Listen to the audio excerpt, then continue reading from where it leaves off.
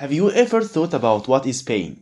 Is it simply the unpleasant sensory and emotional damage we suffer? Or is it something deeper? Let's say we met an alien from a faraway solar system who, lucky enough, could speak English but had never and could never feel pain.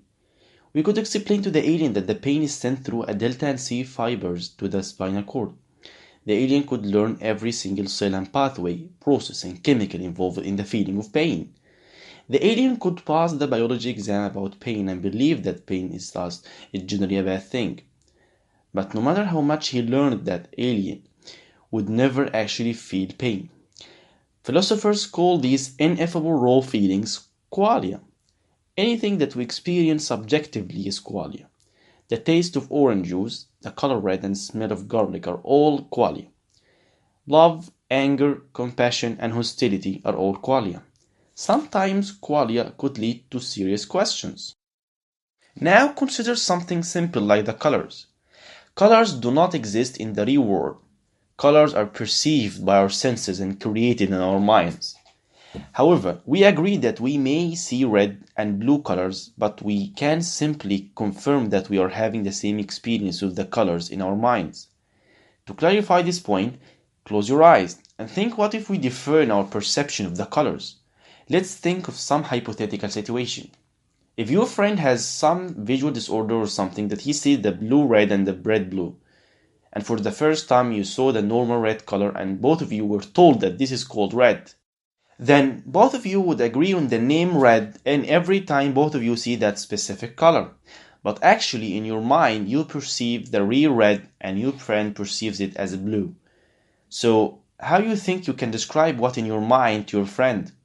If you fail to find the answer, would that be considered a shortcoming in our language, that we can't truly deliver or express what we feel?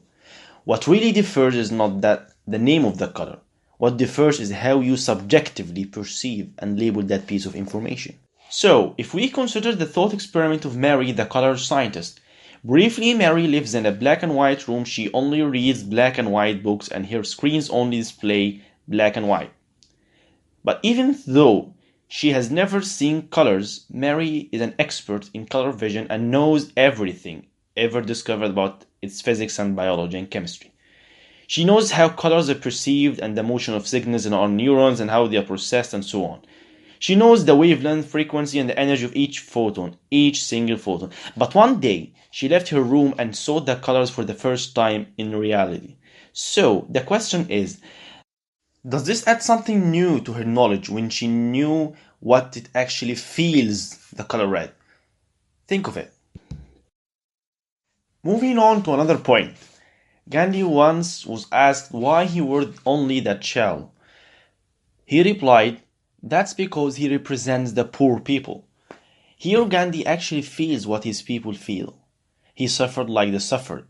So, here we get a reflection of Qualia on politics. Considering leaders like Gandhi, he must be fair and good leader. If we think of a judge or any political person or leader with power who have been living a luxurious life and who have never felt extreme hunger or deprivation, even with his all of study of human nature, social sciences, psychology and law, can he actually judge a poor man for stealing food, or would he lack something to be really just in his actions or decisions towards people from different socioeconomic status?